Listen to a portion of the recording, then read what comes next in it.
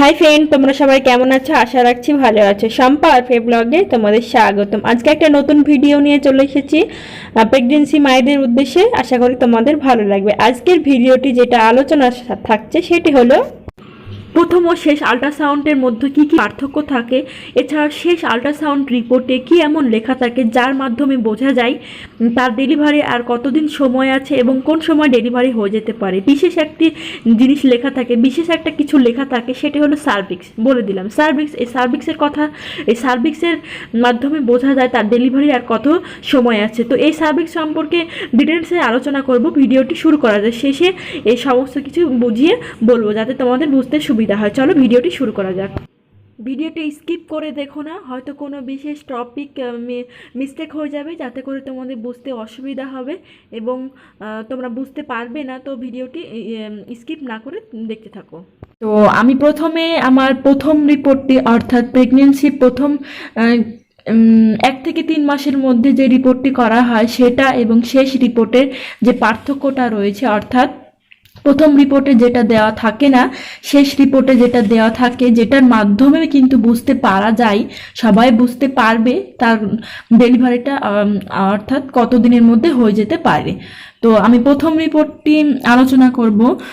আমি রিপোর্ট সম্পর্কে অনেক ভিডিও আমার রয়েছে, আমি আল্ট্রাসাউন্ড রিপোর্ট নিয়ে অনেক ভিডিও অলরেডি আপলোড দিয়েছি। তাতে আমি বুঝিয়েছি কোনগুলো কি আর কি, নাম্বার কি আর কি, সব প্লাসেন্টার সব আর কি আমি বুঝিয়েছি। তবুও একটু আমি আলোচনার মাধ্যমে আসব এখানে।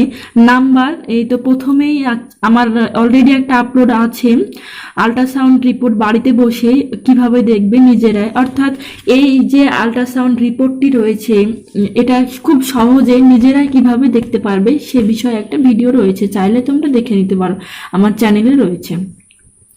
নাম্বার, প্রথমেই রয়েছে নাম্বার অফ সিঙ্গেল এটাই বোঝায় বাচ্চাটি তার গর্ভে, অর্থাৎ তার মায়ের গর্ভে আছে, সেটা একটা কিংবা দুটো, সেটাই এখানে একটা রয়েছে, তাই সিঙ্গেল। এখানে আমি ডিটেলসে বলবো না, যেহেতু আমার এই নিয়ে ভিডিও রয়েছে। Fetal fetal fetal heart rate, যেগুলো আর কি প্রয়োজন, সেটা আমি যেটা আমার টপিকে আছে সেটা আমি বোঝাবো আর কি। Fetal heart rate 156 BPM per minute, এটা fetal heart rate. Placenta fundo posterior grade 1 এটা মানে হলো 1 থেকে 3 মাসের মধ্যে যদি তার আল্ট্রাসাউন্ড করা হয় তাহলে গ্রেড 1 হবে। 3 থেকে 6 মাসের মধ্যে যদি আল্ট্রাসাউন্ড করা হয় তাহলে গ্রেড 2 হবে। 3 থেকে 9 মাসের মধ্যে যদি আল্ট্রাসাউন্ড করানো হয় তাহলে তার গ্রেড 3 হবে। অর্থাৎ মান্থ হিসাবে এটা 1 to 3 ভাগ করা হয়। ইন্টারনাল ওএস, এটা ক্লোজ। এই সব লিকুয়ার বোঝাতে এখানে বোঝায় অ্যাডিকুয়েট মানে পর্যাপ্ত পরিমাণে থাকা। এটা যখন শেষ আল্ট্রাসাউন্ড রিপোর্ট হবে, অর্থাৎ 9 মান্থের সময় হলো, এখানে কিন্তু কতটা সেন্টিমিটার সেটাও লেখা থাকবে, কত সেমি লেখা থাকবে এখানে। যেহেতু এটা 15 সপ্তাহ, সেই জন্য এটা কোনো লেখা নেই। তো এটা নর্মালি প্রথম সপ্তাহের, এগুলো মানে প্রথম 2-3 মাসের মধ্যে এই যে 15 সপ্তাহের যে আল্ট্রাসাউন্ড, এখানে এক্স্যাক্টলি সেরকম কিছু লেখা থাকে না। দেখানো হয় বিশেষ করে কটা বাচ্চা আছে, অর্থাৎ সিঙ্গেল, তার প্লাসেন্টা কি, বাচ্চার বিপিএফ কত, এটাই লেখা থাকে। আর থার্ড আল্ট্রাসাউন্ড সে অনেকবারই করতে পারে তার ইচ্ছে অনুসারে, ডক্টর যেভাবে আর কি পরামর্শ দেয়। ম্যাক্সিমাম ক্ষেত্রে গর্ভবতী মায়েরা 3 বার করে থাকে, 3 বার করাটা যথেষ্ট আর কি। তো এটা লাস্ট যে আল্ট্রাসাউন্ড রিপোর্ট হবে সেটাতে অনেক কিছু আরো বেশি করে উল্লেখ করা যাবে, যেটা দেখে কিন্তু একজন প্রেগনেন্সি মায়ের বোঝা যায় যে কত দিনের মধ্যে ডেলিভারি হয়ে যেতে পারে। তৃতীয় আল্ট্রাসাউন্ড রিপোর্ট 7 থেকে 9 মাসের মধ্যে যে কোনো আল্ট্রাসাউন্ডে কিন্তু যেটা আমি বললাম, যেটা দেখে বুঝতে পারবে তার ডেলিভারি কিছুদিনের মধ্যে হবে বা কতদিন সময় আছে। আর তো যেগুলো আগে আমি আলোচনা করলাম সেটা পার্থক্য বোঝালাম, দুটো আল্ট্রাসাউন্ড রিপোর্ট, অর্থাৎ প্রথম আর শেষ আল্ট্রাসাউন্ড রিপোর্টে কতটা পার্থক্য থাকে সেটা সম্পর্কে। তো এটা তৃতীয় আল্ট্রাসাউন্ড রিপোর্ট, অর্থাৎ এটা 23 সপ্তাহ। যে একটা একটা প্রেগনেন্সি জার্নি 40 সপ্তাহের হয়ে থাকে। সেটা তার তার গঠন অনুসারে, বাচ্চার গঠন অনুসারে ডেলিভারি হয়ে যায়। আর কারো কারো কোনো প্রেগনেন্সি মায়ের 37, 38, 39 সপ্তাহে ডেলিভারি হয়ে যায়, সেটা বলা যায় না। কিন্তু 40 সপ্তাহের একটা প্রেগনেন্সি জার্নির 36, 37 সপ্তাহ থেকে যে কোনো সময় তার ডেলিভারি হয়ে যেতে পারে। তো তখন ওইটা 9 মাস পর্যন্ত যে কোনো আল্ট্রাসাউন্ডটি আর কি, 7 থেকে 9 মাস পর্যন্ত এটা শেষ আল্ট্রাসাউন্ড হয়ে থাকে। অর্থাৎ সেখানে সার্ভিক্স, এটা এই যে সার্ভিক্স বলে দিলাম, এই সার্ভিক্স কথার অর্থ হলো জরায়ুর মুখ। এটা যত সেন্টিমিটার খুলবে, অর্থাৎ একটা বাচ্চা প্রসূতি হওয়ার জন্য 10 সেন্টিমিটার খোলা সম্পূর্ণ হওয়ার পরে একটা বাচ্চা পৃথিবীর আলো দেখতে পায়।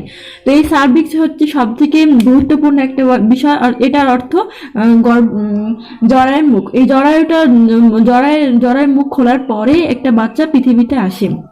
তো এটা এখানে 4 সেমি আছে। আর এই সার্ভিক্সটা অতি গুরুত্বপূর্ণ বিষয়। সার্ভিক্সের লেন্থ দেখেই বুঝতে পারবে তার সেই প্রেগনেন্সি মায়ের ডেলিভারি কত দিনের ভেতরে হতে পারে, খুব সহজেই বোঝা যাবে, এবং কত দিন আর সময় আছে তার, সেটা বোঝা যাবে।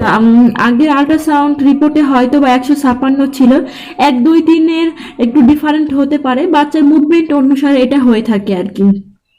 যেটা প্রথম আল্ট্রাসাউন্ড রিপোর্টে ছিল বিপিডি, ACFL, এগুলো তো বলেছি, মাথা, পেট, বাচ্চার মেরুদণ্ড, এগুলো সময় অনুসারে আর কি।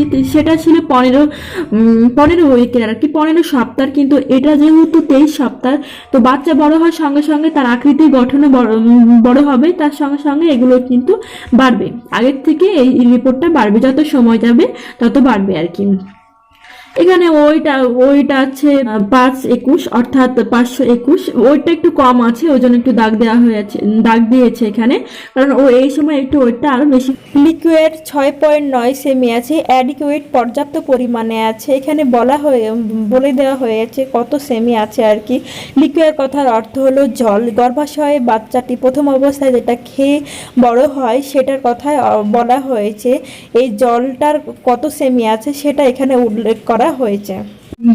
GS/LMP ডেট এখানে দেওয়া আছে, একটা সবার দেওয়া থাকে, তো এটা এখানে দেওয়া আছে GS বা ইউএসডি, অর্থাৎ যে আল্ট্রাসাউন্ড করা হয়, আল্ট্রাসাউন্ড করার পরে একটা বোঝা যায় তার LMP ডেট কবে হতে পারে। তো এখানে দেওয়া আছে, এখানে আনুমানিক ডেট একটা দিয়ে দেয়।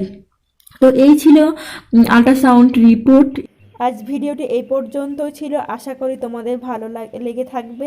যদি ভিডিওটি ভালো লেগে থাকে তাহলে লাইক, কমেন্ট, শেয়ার করতে একদমই ভুলো না। যদি নতুন হয়ে থাকো তাহলে প্লিজ সাবস্ক্রাইব করে পাশে থেকো। প্রত্যেকটি প্রেগনেন্সি মায়েদের জন্য শুভকামনা, ভালোবাসা রইল। বাচ্চা সুস্থ থাকুক এবং ভালো থাকুক এবং নিজের যত্ন রেখো।